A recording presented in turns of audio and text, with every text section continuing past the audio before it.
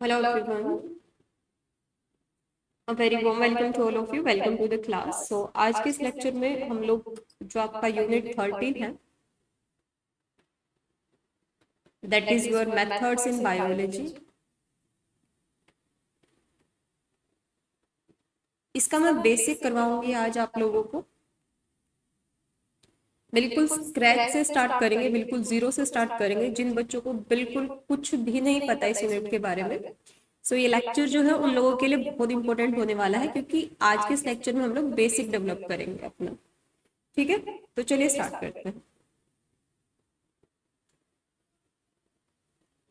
सो overview देखते हैं।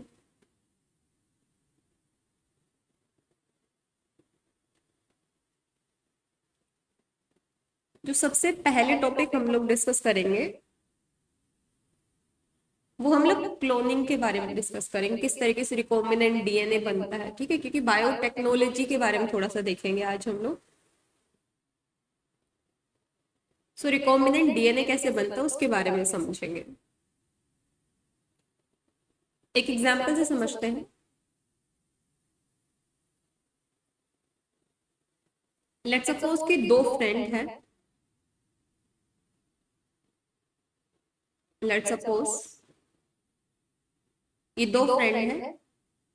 इसके पास बहुत, इसके बाल बहुत घने हैं। ठीक है, इसके बाल जो है बहुत घने हैं। इसका नाम है, इसका नाम रख लेते हैं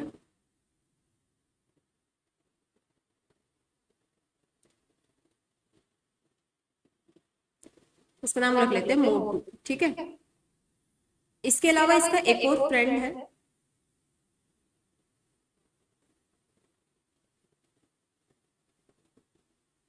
इसके हेयर्स जो है कम है। ठीक है, इसका नाम रख लेते हैं पतलू। ठीक है, तो मोटू और पतलू का आपस में डिस्कशन हुआ। पतलू ने बोला कि भाई तेरे पास बहुत बाल हैं, मेरे भगवान ने बाल ही नहीं दिए, क्या करूं मैं। वो थोड़ा सा ही अपने लुक्स को लेके थोड़ा सा कॉन्शियस रहता था अपने बालों की वजह से। ठीक है, तो उसके बाद क्या हुआ, एक दिन ये पतलू जो है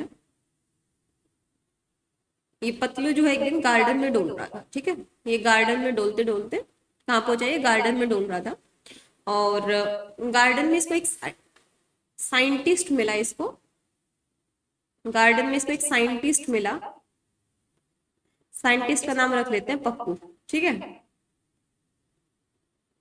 स्टोरी से कुछ समझाना चाह रही हूँ मैं, ध्यान से सुनिएगा। ठीक है, सो इसको एक साइंटिस्ट मिला पप्पू। उसने बोला कि पतलू तू इतना परेशान क्यों है, इतना परेशान परेशान क्यों रहता है।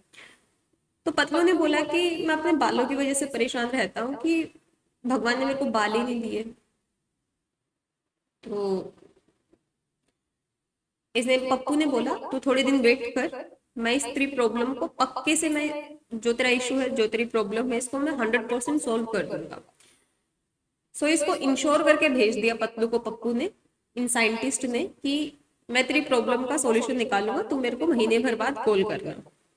तो पतलू खुश होके चला गया कि ये साइंटिस्ट जो है ये मेरा काम कर देगा। उसके बाद में क्या हुआ, ये मोटू एक दिन सैलून में गया।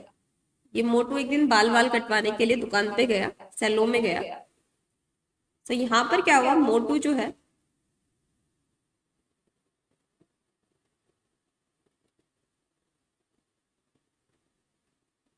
ये सैलून में गया।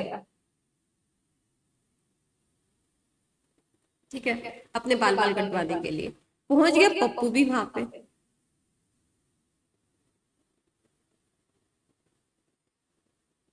ये पप्पू भी पहुंच गया यहाँ पे।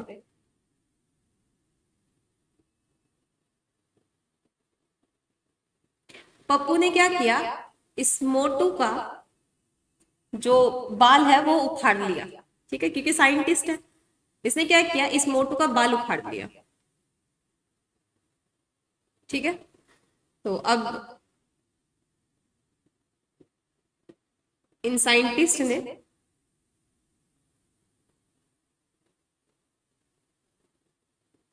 इसका बाल उखाड़ लिया, यानी अब इसको क्या मिल गया, इसको मिल गया हेयर फॉलिकल। Hair follicle. ठीक है, कुछ इस तरीके से ही होगा हेयर फॉलिकल। इसने इसका पूरा बाल उखाड़ लिया जड़ से ही। तो यहाँ पर ये सेल्स है, ये यहाँ पर ये आपका बाल है। ठीक है, ये हेयर है। तो इसको ये हेयर फॉलिकल मिला, जिसमें कि ये सेल्स हैं। ये क्या है? ये सेल्स हैं। और सेल के अंदर क्या होता है? सेल के अंदर आपका न्यूक्लियस होता है, राइट? न्यूक्लियस के अंदर डीएनए होता है, समझ गए? तो इसने क्या किया? इसने हेयर फॉलिकल जो है ये उखाड़ लिया, हेयर उखाड़ लिया इसका, मोटू का। इसके पास हेयर फॉलिकल मिला। इस हेयर के अंदर क्या है? सेल्स है। हेयर फॉलिकल के अंदर सेल्स है। तो सबसे पहले तो क्या किया? इधर से इसने सैंपल कलेक्ट किया। पहला स्टेप क्या किया? स्टेप 1 क्या किया इसने? सैंपल को कलेक्ट कर लिया।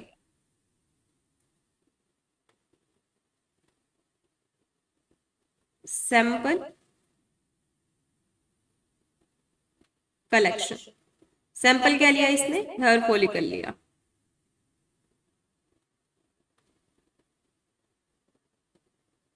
और इस हेयर फॉलिकल को, इस सैंपल को लेके ये साइंटिस्ट बहुत खुश हुआ और मन ही मन सोच रहा, पतलू तेरा काम समझ हो गया। ठीक है, तो पहला स्टेप इसने क्या किया? फर्स्ट स्टेप में सैंपल कलेक्शन किया इसका, हेयर फॉलिकल का। उसके बाद क्या हुआ? उसके बाद ये साइंटिस्ट गया लैब में। ये साइंटिस्ट जो है लैब में पहुंचा।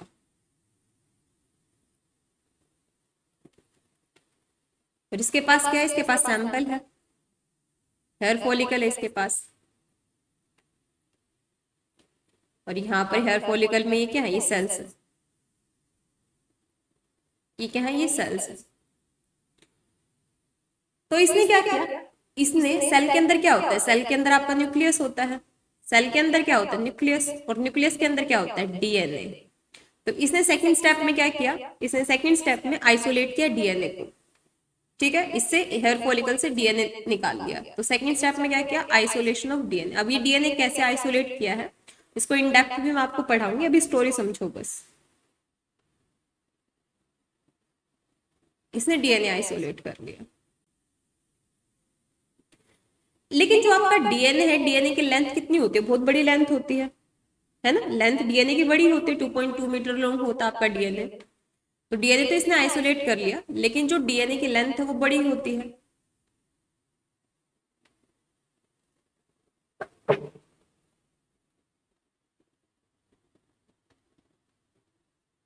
बहुत बड़ा होता है आपका डीएनए।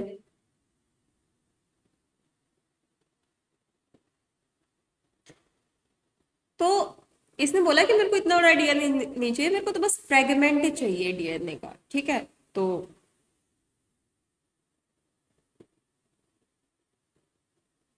ये डीएनए है आपका। चलो अच्छे से बना देते हैं।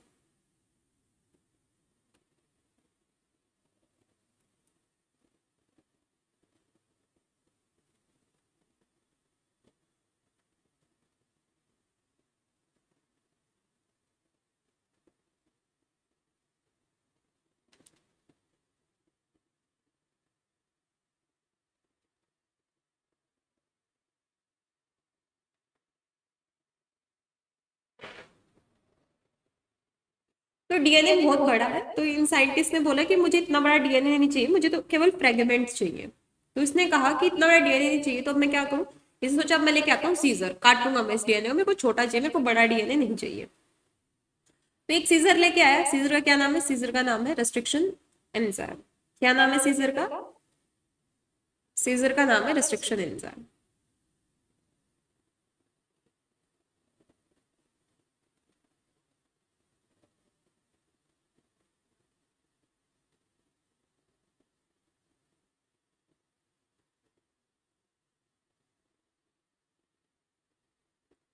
तो ये जो है ये सीजर लेके आया।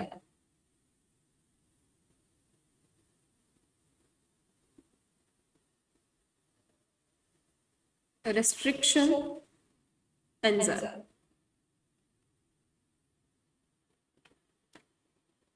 रेस्ट्रिक्शन एंजाइम को एक और नाम से आप जानते हो, मोलिक्यूलर सीजर। सो इससे इसने क्या किया, डीएनए को कट किया।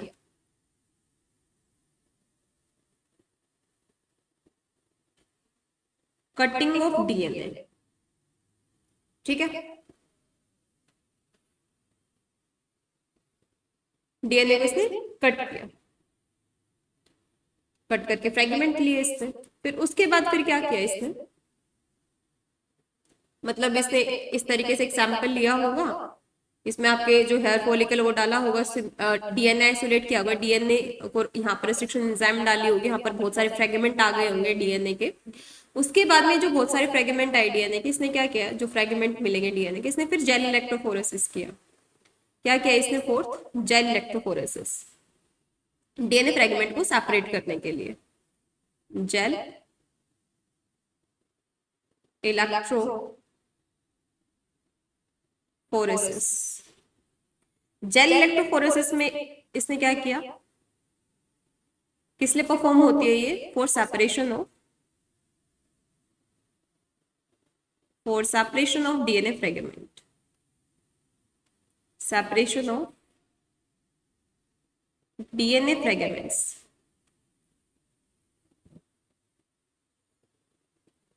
उसके बाद में क्या किया, उसके बाद में जो फिफ्थ स्टेप है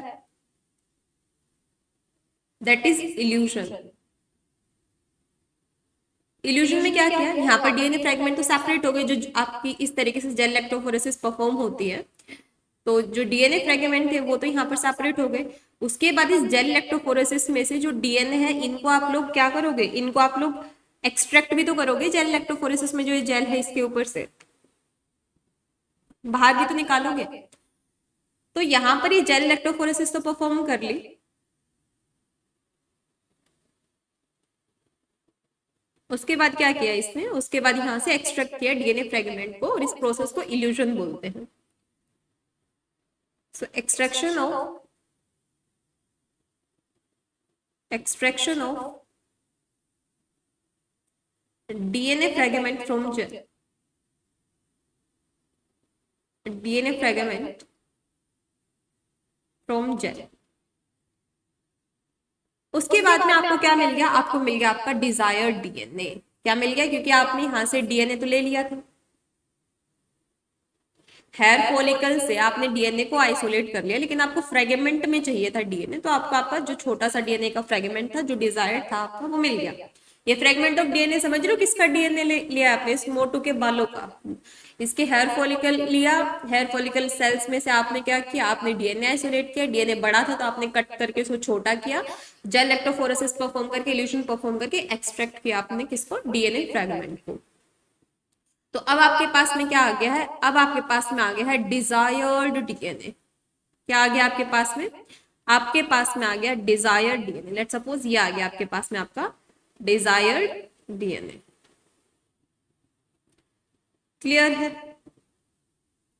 फिर आपने क्या किया, फिर इसने साइंटिस्ट ने क्या किया, इसके पास अब इसको भेजना होस्ट में, इसको कहाँ भेजना है, इसको भेजना होस्ट में। तो होस्ट में भेजने के लिए इस डिजायर्ड डीएनए को, इसको क्या चाहिए, इसको चाहिए टैक्सी, जिसको आप क्या बोलते हो, जीन टैक्सी। जो वहीकल है कौन, आपका वेक्टर। तो आपने क्या किया, डिजायर डीएनए और जो आपका वेक्टर है, इनको क्या किया, लाइगेज एंजाइम की हेल्प से, जैसे आपका वेक्टर है, रेस्ट्रिक्शन एंडोन्यूक्लियस एंजाइम की हेल्प से इसको कट किया, स्पेस इसमें बनाया, और यहाँ पर आपका जो डिजायर्ड आपके पास में जो ये लेट सपोज ये आपका डिजायर्ड है, इतना इतना, ये क्या है, ये डिजायर्ड डीएनए है, इसको लाइगेज एंजाइम की हेल्प से लाइगेट किया, किसमें, वेक्टर में, ये आपका वेक्टर है। तो ये जो आपके पास बन के तैयार हो गया डिजायर डीएनए, या फिर जीन ऑफ इंटरेस्ट भी बोलते हो आप लोग डिजायर डीएनए को, डिजायर डीएनए को क्या बोलते हो, डिजायर डीएनए को आप जीन ऑफ इंटरेस्ट भी बोलते हो। और वेक्टर, इन दोनों के कॉम्बिनेशन को क्या कहा जाता है, रिकॉम्बिनेंट डीएनए या आरडीएनए। क्या कहा जाता है, recombinant DNA, that is rDNA. ठीक है, तो आपके पास में क्या आ गया, आपके पास में आ गया आपका रिकॉम्बिनेंट डीएनए। फिर आपने क्या किया, फिर आपने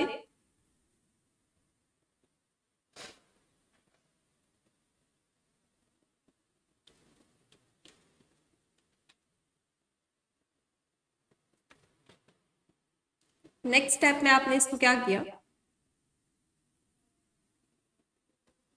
इसको आपने ट्रांसफॉर्म कर दिया। Next step is transformation. Transformation कहाँ भेजोगे आप इसको, होस्ट सेल में भेजोगे।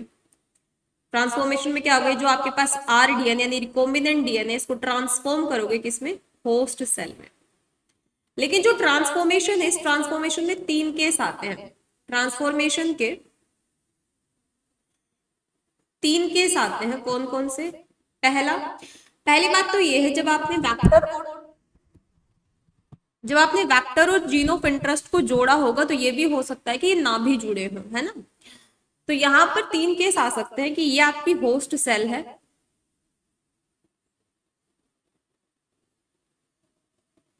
ये होस्ट सेल है, ये दूसरी होस्ट सेल है, ये थर्ड होस्ट सेल है। तो यहां पर क्या हुआ, यहां पर आपका लेट सपोज फर्स्ट वाले में कुछ गया ही नहीं, तो इसको क्या बोलोगे आप, इसको बोलोगे आप नॉन ट्रांसफॉर्म। क्या बोलोगे, नॉन ट्रांसफॉर्म्ड। दूसरे वाले में क्या हुआ, दूसरे वाले में आपका ये आपका वेक्टर है, ठीक है, केवल वेक्टर वेक्टर चला गया, ठीक है, वेक्टर वेक्टर चला गया और जीन ऑफ इंटरेस्ट अलग से गया है।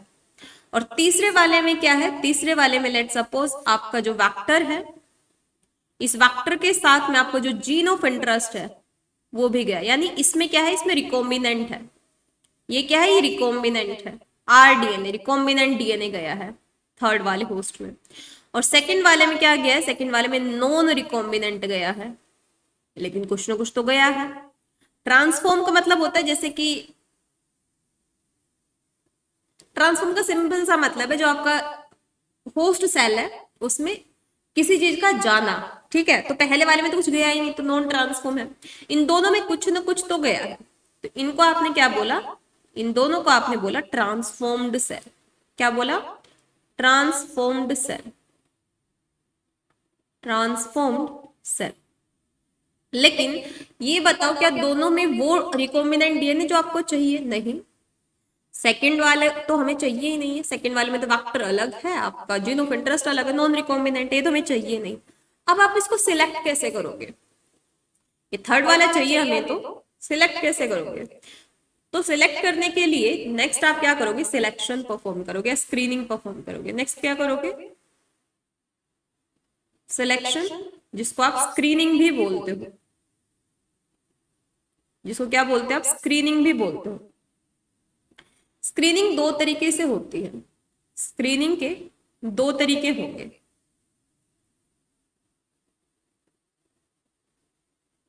कौन से 2 तरीके, एक होता है antibiotic resistant screening, antibiotic resistant gene screening. दूसरी होती है आपकी क्रोमोजेनिक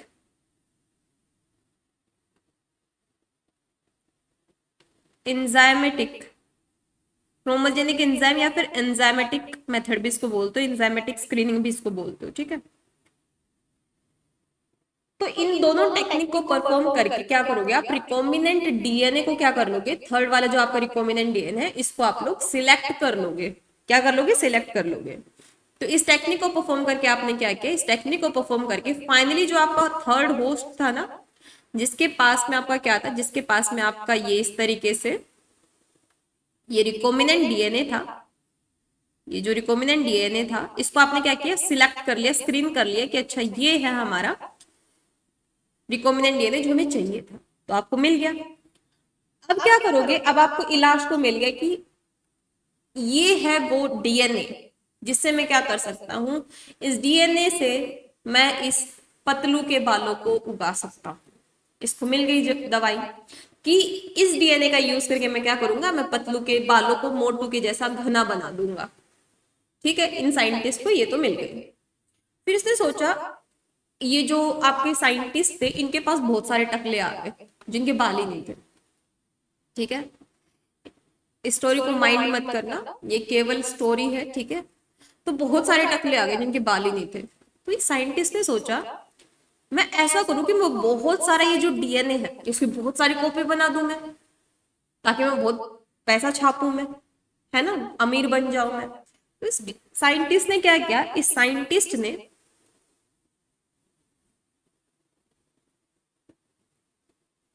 बायोरिएक्टर, जिसको आप फर्मेंटर भी बोलते हो, इनका यूज करके लार्ज क्वांटिटी में इस डीएनए को बना दिया, लार्ज क्वांटिटी। और उसके बाद डाउनस्ट्रीम प्रोसेसिंग की, जिसमें पैकेजिंग वगैरह होती है, और मार्केट में इसको बेच दिया इस दवाई को। फाइनली रिकॉम्बिनेंट डीएनए बना, इसने दवाई बना ली अपनी, और इस दवाई को फिर इसने क्या किया, डाउनस्ट्रीम प्रोसेसिंग वगैरह करके बोतल वगैरह में पैक करके, और इसने भेज दिया कहाँ पर, मार्केट में। खूब पैसे छापे साइंटिस्ट ने। तो देख रहे हो ये जो मोटू था, इसके एक बाल ने उस साइंटिस्ट को कितना अमीर बना दिया, और इसी के साथ जो पतलू था उसके बाल हो गए घने।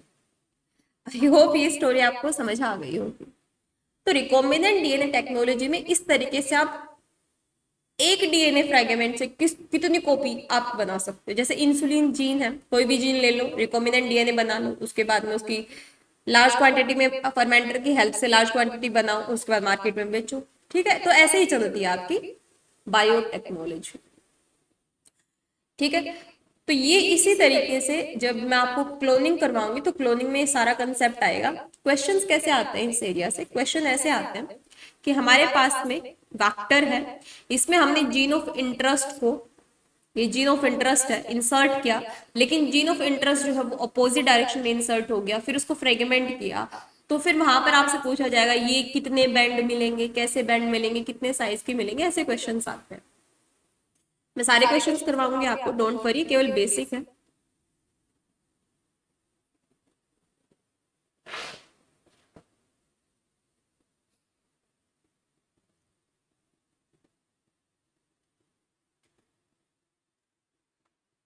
ओके, इसी के साथ एक और चीज मैं आपको बताती हूँ। अभी के लिए जितने भी स्टेप्स हैं, ये सैंपल कलेक्शन के बाद में जैसे डीएनए को आइसोलेट करना, कैसे आइसोलेट किया जाता है ये भी मैं आपको बताऊंगी। 2 लेक्चर होंगे बेसिक के, आज भी बेसिक का लेक्चर होगा, कल भी बेसिक का। जो मेन कंसेप्ट है, जो आपका यूनिट 13 जो सही में स्टार्ट होगा, वो आपका मैं 2 या 3 तारीख को स्टार्ट करवाऊंगी। ठीक है, तो 2 लेक्चर बेसिक के करवाऊंगी ताकि आप लोगों का एक नींव बन जाए। बिल्कुल जीरो से स्टार्ट करी हूँ, 2 लेक्चर केवल बेसिक के हैं, मैं बेसिक डेवलप करवाऊंगी आप लोगों का, फिर मैं आपको क्लोनिंग करवाऊंगी ताकि आपको क्लोनिंग अच्छे से समझ में आए। तो अभी इसी के साथ मैं एक और कंसेप्ट मैं आपको बताती हूँ।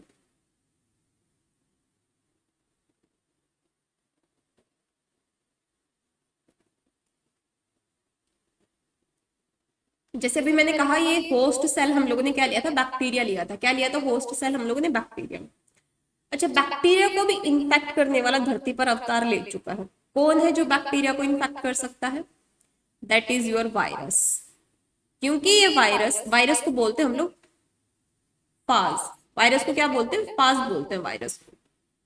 ठीक है, क्योंकि ये जो वायरस है ये किसको इन्फेक्ट कर रहा है, ये वायरस इन्फेक्ट कर रहा है आपके बैक्टीरिया को। ये क्या है, ये बैक्टीरिया है। तो इसलिए इस वायरस को क्या कहा जाएगा, इस वायरस को कहा जाएगा बैक्टीरियोफाज। क्या कहेंगे इस वायरस को, इस वायरस को आप लोग कहते हो बैक्टीरियो, क्योंकि बैक्टीरिया को इन्फेक्ट कर रहा है, और है क्या ये वायरस जिसको फाज बोलते हैं, तो इसलिए इसका नाम है बैक्टीरियोफाज। अब इस वायरस के पास में क्या है, ये इसका जेनेटिक मटेरियल है। तो इन्फेक्ट कैसे करता है, जैसे कोई भी वायरस वगैरह अगर आपको इन्फेक्ट करता है, कैसे करता है, वो अपना जेनेटिक मटेरियल आपके अंदर डाल देता है, फिर उसका जेनेटिक मटेरियल जो होता है वो आपके बॉडी के अंदर तांडव करता है। ठीक है, तो इसने क्या किया, वायरस ने, इस वायरस ने अपना जेनेटिक मटेरियल जो है वो बैक्टीरिया के अंदर इंसर्ट कर दिया। ये इसका जेनेटिक मटेरियल पहुंचा बैक्टीरिया के अंदर। बैक्टीरिया जो है एक ऐसी एंजाइम को लेके रखता है जो कि क्या करता है, जो कि टुकड़े टुकड़े करना जानता है, किसके, जेनेटिक मटेरियल के, तोड़ सकता है। वो क्या है, वो है रेस्ट्रिक्शन एंजाइम, अभी मैंने कहा ना कट करती है, ये सीजर है ये, इसको कहीं कुछ डीएनए मिल गया उसको पकड़ के काट देगी।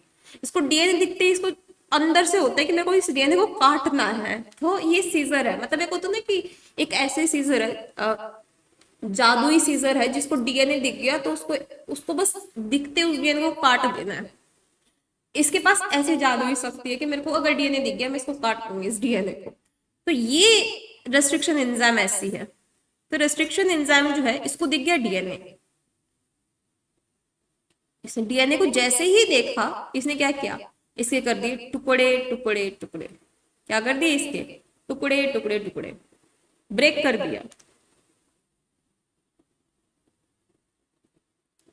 ये क्या, ये वायरल डीएनए है जिसको क्या कर दिया, क्लीव कर दिया।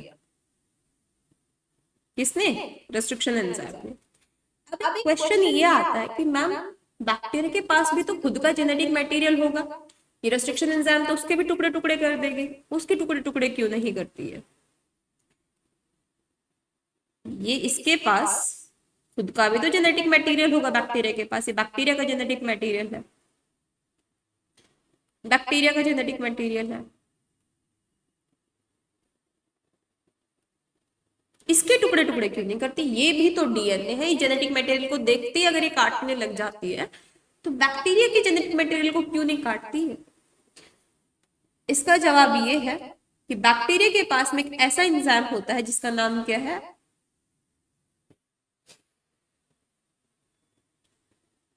जिसका नाम है मिथाइलेज। जिसका नाम क्या है, मिथाइलेज। तो बैक्टीरिया के पास में एक एंजाइम है दैट इज मिथाइलेज। ये मिथाइलेज एंजाइम क्या करता है, ये मिथाइलेज एंजाइम डीएनए में जगह जगह मिथाइल ग्रुप डाल देता है।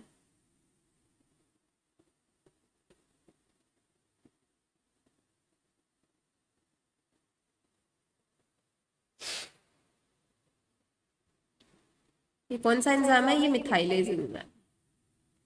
तो जगह जगह क्या डाल देता है, जगह जगह मिथाइल ग्रुप डाल देता है, किसके, बैक्टीरिया में। अब रेस्ट्रिक्शन एंजाइम जो है, जहां उसको मिथाइल दिख जाएगा वो काट नहीं सकती। तो ये मिथाइल ग्रुप क्या करता है, सुरक्षा कवच के जैसा काम करता है। कैसा काम करता है, सुरक्षा कवच के जैसा काम करता है। ठीक है,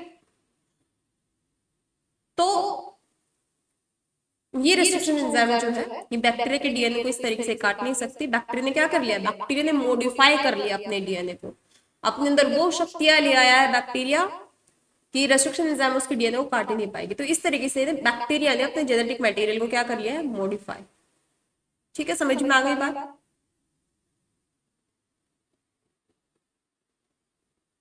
ये रेस्ट्रिक्शन एंजाइम दो तरीके की होती है। जैसे अभी मैंने बात किया ना, रेस्ट्रिक्शन एंजाइम जो है डीएनए को कट करती है ना, रेस्ट्रिक्शन एंजाइम डीएनए को कट करती है। जो आपने सैंपल लिया था डीएनए का, यहाँ पर मैंने बताया था, तो रेस्ट्रिक्शन एंजाइम ने क्या किया था, कट कर दिया था, आपको फ्रेगमेंट मिल गए थे डीएनए के। तो रेस्ट्रिक्शन एंजाइम जो है दो तरीके की होती है।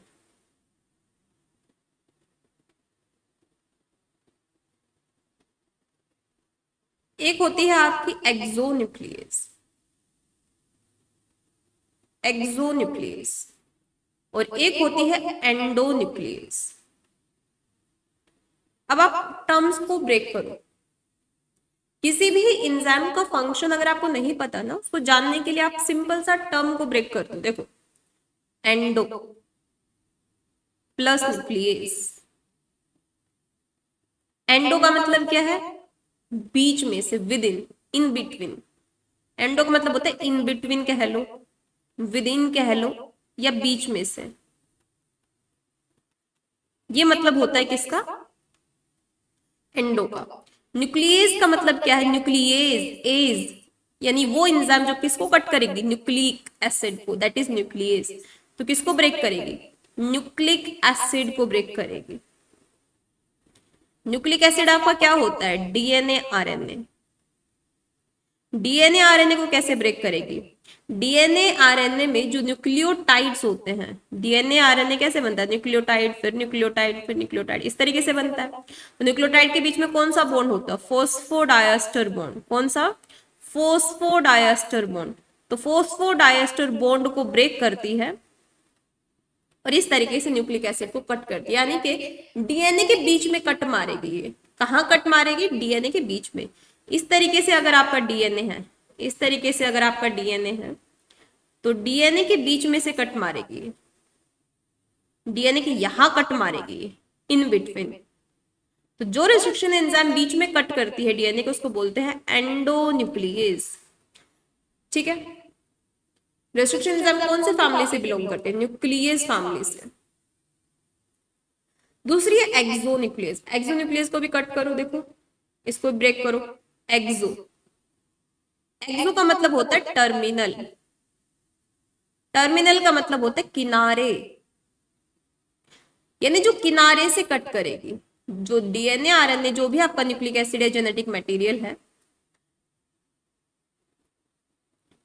उसको कहां कट करेगी? उसको टर्मिनल पे कट करेगी। तो उसको बोलोगे आप एक्सोन्यूक्लियस। जैसे कि ये आपका, लेट सपोज ये डीएनए है आपका, तो ये टर्मिनल पे यहां किनारों किनारों पे कट मारेगी। तो ये है आपकी। और कैसे तोड़ेगी डीएनए को? फॉस्फोडाइस्टर बॉन्ड को ब्रेक करके। क्लियर है? अब ये ब्लंट एंड प्रोड्यूस करती है, स्टिकी एंड प्रोड्यूस करती है, पैलिंड्रोमिक सीक्वेंस को रिकॉग्नाइज करते हैं, केवल बैक्टीरिया में काम करती है, केवल डबल स्ट्रैंडेड डीएनए पे काम करती है। ये सारी चीजें मैं आपको नेक्स्ट लेक्चर में बताऊंगी। ठीक है, अभी के लिए बस इतनी चीजें ध्यान रखो। अब क्योंकि सीएसआईआर जो है वो आजकल साइंटिस्ट के नाम से क्वेश्चन भी पूछ रहा है ना? तो एक बार साइंटिस्ट के नाम यहां पर देख लेते हैं।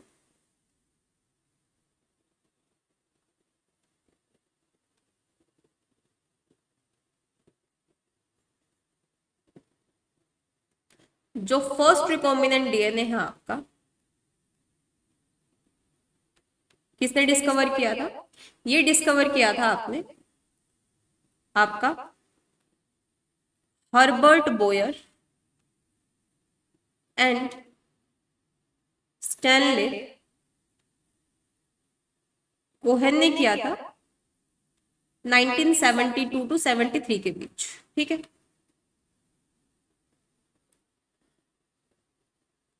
और किसको यूज किया था इन्होंने? इन्होंने यूज किया था साल्मोनेला,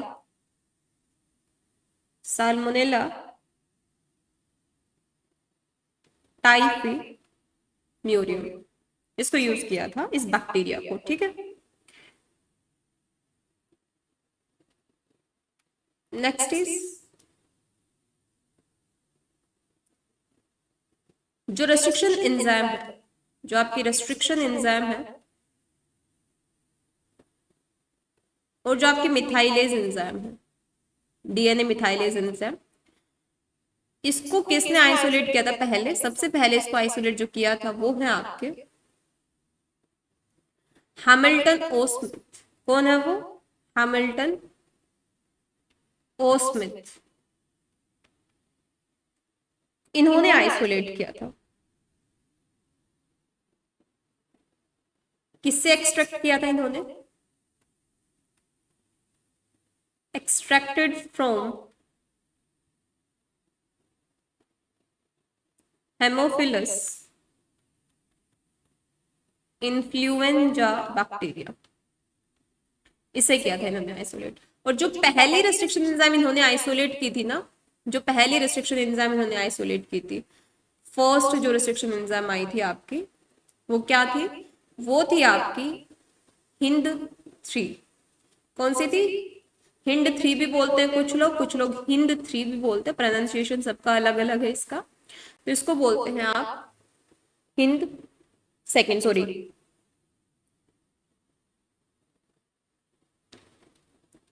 जो सबसे पहले रेस्ट्रिक्शन एंडोन्यूक्लियस एंजाइम आई आपकी, वो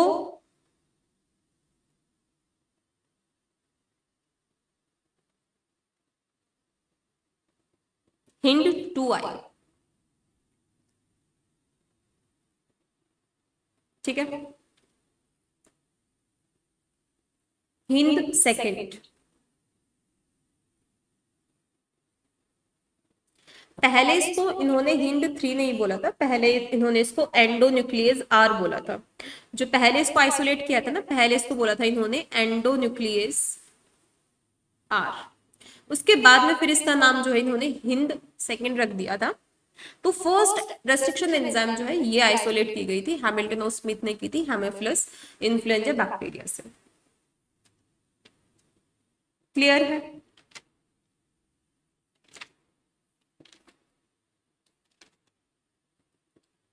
अब नेक्स्ट लेक्चर में मैं आपको ये जो जितने भी स्टेप मैंने आपको करवाए हैं, डीएनए का आइसोलेशन, तो कैसे आइसोलेट किया जाता है डीएनए को, इसके बाद में रेस्ट्रिक्शन एंजाइम जो है कितने तरीके की होती है, रेस्ट्रिक्शन एंजाइम जो है वो कैसे एंड प्रोड्यूस करती है, कहाँ पाई जाती है, रेस्ट्रिक्शन एंजाइम के बारे में थोड़ा सा और डिटेल में बताऊंगी। जेल इलेक्ट्रोफोरेसिस के बारे में थोड़ा सा देखेंगे। इसके बाद मैं आपको यहाँ पर ट्रांसफॉर्मेशन के बारे में, सिलेक्शन या स्क्रीनिंग एंटीबायोटिक बेस्ड और एंजाइम बेस्ड जो है इसके बारे में भी मैं कल आपको करवाऊंगी। तो ये जितने भी स्टेप्स हैं ये मैं आपको कल करवाऊंगी, ठीक है? तो थोड़ा सा डिटेल में जाएंगे। तो कल का लेक्चर भी आपका बेसिक लेक्चर ही होगा, ठीक है? ये अगर आप देखोगे 11th-12th के एनसीईआरटी उठा के देखोगे तो वहां पर ये बायोटेक्नोलॉजी वाले चैप्टर में सारी चीजें दी गई हैं। तो अभी तो मैं केवल आपको एनसीईआरटी का पोर्शन करवा रही हूँ, अभी तो मैंने आपका स्टार्ट भी नहीं किया। तो कल के लेक्चर में भी मैं आपको बेसिक ही करवाऊंगी। उसके बाद जो थर्ड लेक्चर आएगा उसमें हम लोग अपने मेन टॉपिक पे स्विच कर जाएंगे, जिसमें आप देखोगे कि फिर आपको कितना ईजी लगेगा। ये क्लोनिंग में जो मेन आपको पढ़ना है वो आपको यही चीजें पढ़नी है, कैसे रिकॉम्बिनेंट डीएनए बनता है, ट्रांसफॉर्मेशन क्या होता है, सिलेक्शन स्क्रीनिंग क्या होता है, ठीक है? उसके बाद में फिर कुछ एंजाइम्स के बारे में हम लोग देखेंगे। तो कल का लेक्चर भी आपका बेसिक लेक्चर होने वाला है। तो आज का लेक्चर हम छोटा ही रखेंगे, आज का और कल का लेक्चर। उसके बाद में फिर हम लोग स्टार्ट करेंगे आपकी यूनिट 13। सो आई होप ये चीजें आपको समझ में आई होंगी, किस तरीके से रिकॉम्बिनेंट डीएनए का यूज करके आपने क्या किया, आपने एक ऐसे इंसान की जिसके बाल नहीं थे उसके दवाई बना दी आपने। तो इस तरीके से आपकी जो बायोटेक्नोलॉजी है वो काम करती है। So thank you so much everyone, मिलते हैं नेक्स्ट लेक्चर में। आपको कैसा लगा लेक्चर कमेंट सेक्शन में बताइएगा। सो मिलते हैं नेक्स्ट लेक्चर में, तब तक के लिए have a great learning and stay tuned.